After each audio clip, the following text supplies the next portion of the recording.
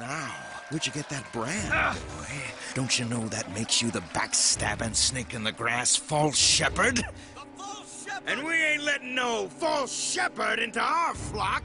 Ken Levine is arguably one of the biggest names in the gaming industry at the moment, responsible more recently for the BioShock series, but more importantly for his work on the influential System Shock 2, developed by Irrational Games and Looking Glass Studios.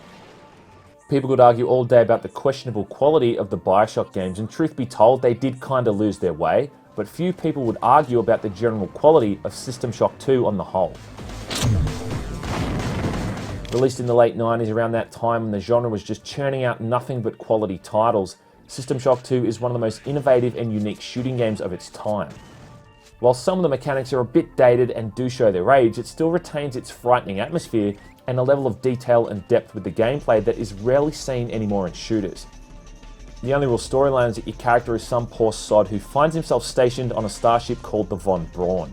After the place is attacked by an alien force, your character wakes up from cryosleep as the whole place has gone to hell, with most of the inhabitants either killed or now turned into hostile creatures known as hybrids. From there you learn about what's happened on the Von Braun from exposition-heavy audio logs scattered around the ship and through the assistance of a woman named Polito, who guides your every step. Dr. Watts is alive and in his office. He should know the code to the maintenance access shaft. Now, whilst you always have a key objective, the manner and style in which you accomplish these is left entirely up to the player.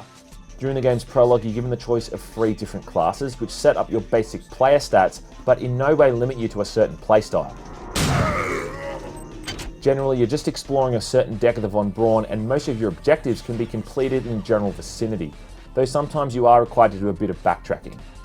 It runs on the Dark engine previously used in the Thief games, and while some of the character models do look pretty horrible nowadays, the lighting and layout for each deck of the Von Braun is still up to snuff, and when you run it at a high resolution, it still looks pretty cool.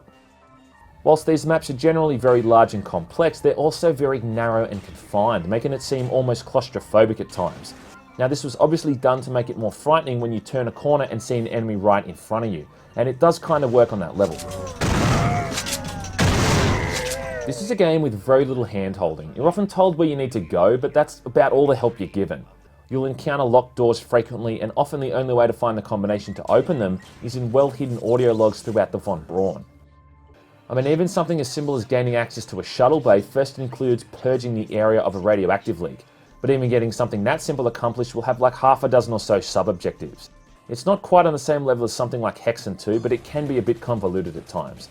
Aside from enemies, you'll also have to contend with security cameras, which can be avoided or shut down entirely, as well as previously mentioned environmental hazards like radiation and toxins. You'll only be fighting 4 or 5 different enemy types, but they each have a very distinct attack style and require a certain ammo type or approach to defeat. They all have some unsettling dialogue as well that really heightens the game's already horror-like atmosphere. Whenever you complete objectives, you gain cyber modules, which are used to upgrade all manner of stats, from things like strength, endurance, and agility, through to skills like hacking and repairing, even down to basic weapon handling skills.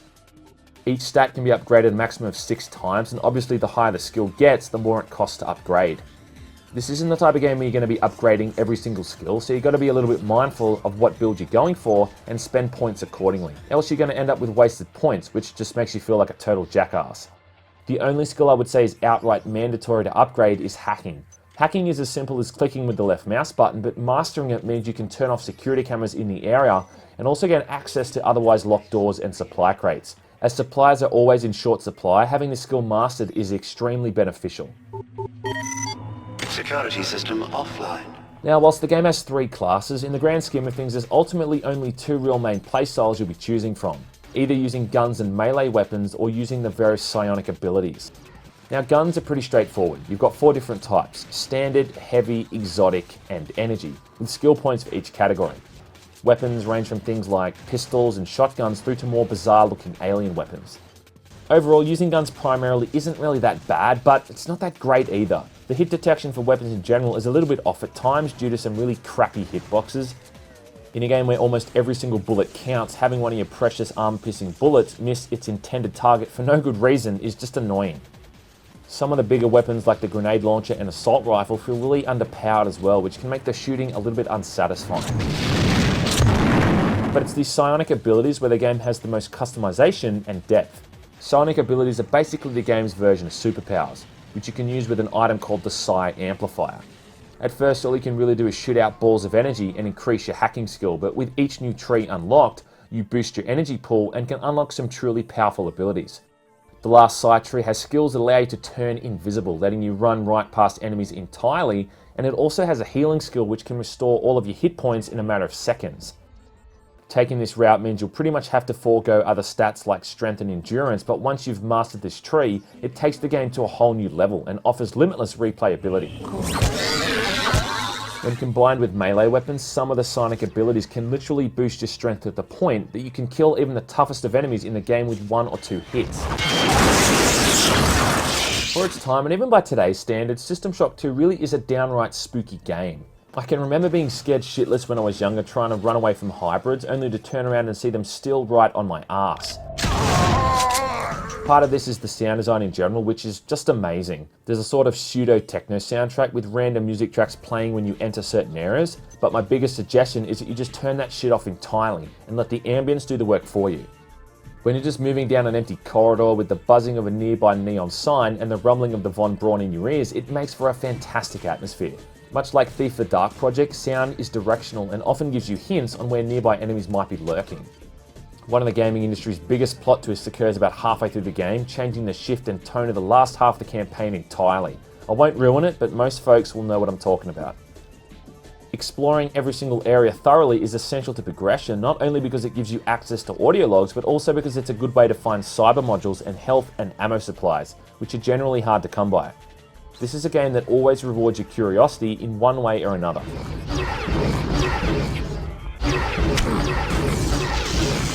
And yet, while System Shock 2 is a great game, truth be told, it's really not a game for everyone, and it's not exactly the timeless masterpiece that some people will tell you that it is.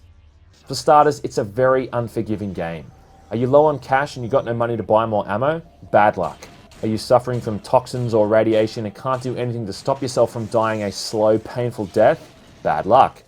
It also suffers from similar problems to the Thief games, where your character always manages to get stuck on props and other pieces of geometry, and in the way the movement controls always seem to feel a little bit laboured and clunky. The last few levels in the game are just fucking awful, and they put you in these really tight corridors where you frequently find yourself unwittingly stuck in place, making yourself readily available to enemies who are all too happy to pummel the living shit out of you. The Dark Engine has been coded in a way that it's also really tricky to avoid incoming enemy projectiles, and most of the time the best way to kill enemies is to exploit their artificial intelligence and take potshots at them from around corners. And yes, whilst these problems might be fine when you're looking at the big picture, they are still valid problems with the game, and they make it really tough for first-timers to get into. This is really the kind of game that benefits from multiple playthroughs. In fact, I would think most people wouldn't even really enjoy it the first time around.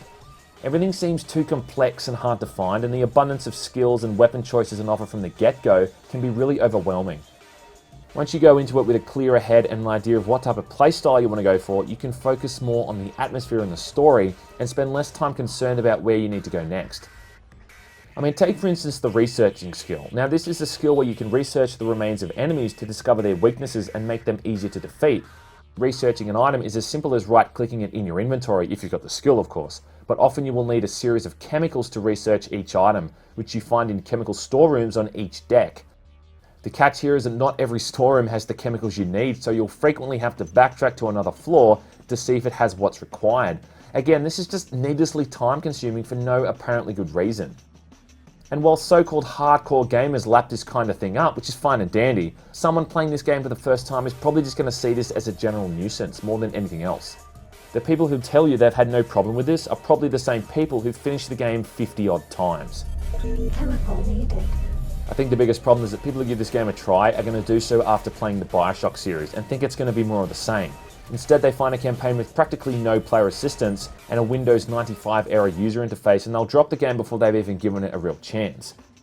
But I would suggest System Shock to pretty much anyone, though you do need to let people know that it really is a punishing and frustrating game at times, and it is even possible to get yourself screwed up to the point that it's even worth starting from scratch. If you played the Bioshock games and haven't played System Shock 2, you kind of owe it to yourself to check this one out. And if you're at the point where you're considering it, I'd say go for it, but just go in with an open mind and try to be patient with all the game's shortcomings. When you're playing it, you get to that point where the game starts to piss you off, take a break, go outside, go for a walk or a drive somewhere and cool your head off. Then come back and give it another chance. Because when the game finally clicks and all the pieces come together, there's really nothing else quite like it.